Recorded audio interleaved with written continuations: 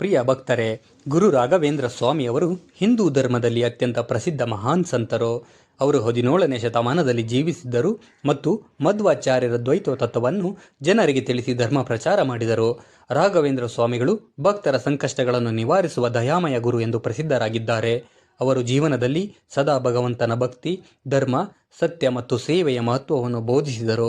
ಜನರು ಸತ್ಯ ಮಾರ್ಗದಲ್ಲಿ ನಡೆಯಬೇಕೆಂದು ಉಪದೇಶ ಮಾಡಿದರು. ಅವರ ಜೀವನದಲ್ಲಿ ಅನೇಕ ಅದ್ಭುತಗಳು ನಡೆದಿವೆ ಎಂದು ಭಕ್ತರು ನಂಬುತ್ತಾರೆ. ಅವರ ಆಶೀರ್ವಾದದಿಂದ ಅನೇಕ ಜನರ ಸಮಸ್ಯೆಗಳು ಪರಿಹಾರವಾದವು ಎಂದು ಹೇಳಲಾಗುತ್ತದೆ. ಮಂತ್ರಾಲಯಂ ರಾಘವೇಂದ್ರ ಸ್ವಾಮಿ ಮಠದಲ್ಲಿ ಅವರ ಬೃಂದಾವನ ಇದೆ.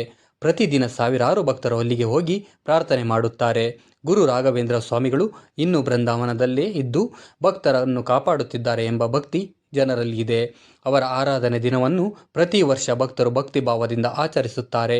ಗುರು ರಾಘವೇಂದ್ರ ಸ್ವಾಮಿಗಳು ಭಕ್ತಿ, ಜ್ಞಾನ ಮತ್ತು ದಯೆಯ ಪ್ರತೀಕವಾಗಿದ್ದು ಅದರಿಂದಲೇ ಅವರು ವಿಶ್ವದಾದ್ಯಂತ ಪ್ರಸಿದ್ಧರಾಗಿದ್ದಾರೆ. ಶ್ರೀ ಗುರು ರಾಘವೇಂದ್ರ ಸ್ವಾಮಿಗಳು ಎಲ್ಲರಿಗೂ ಒಳ್ಳೆಯದನ್ನು ಮಾಡಲಿ.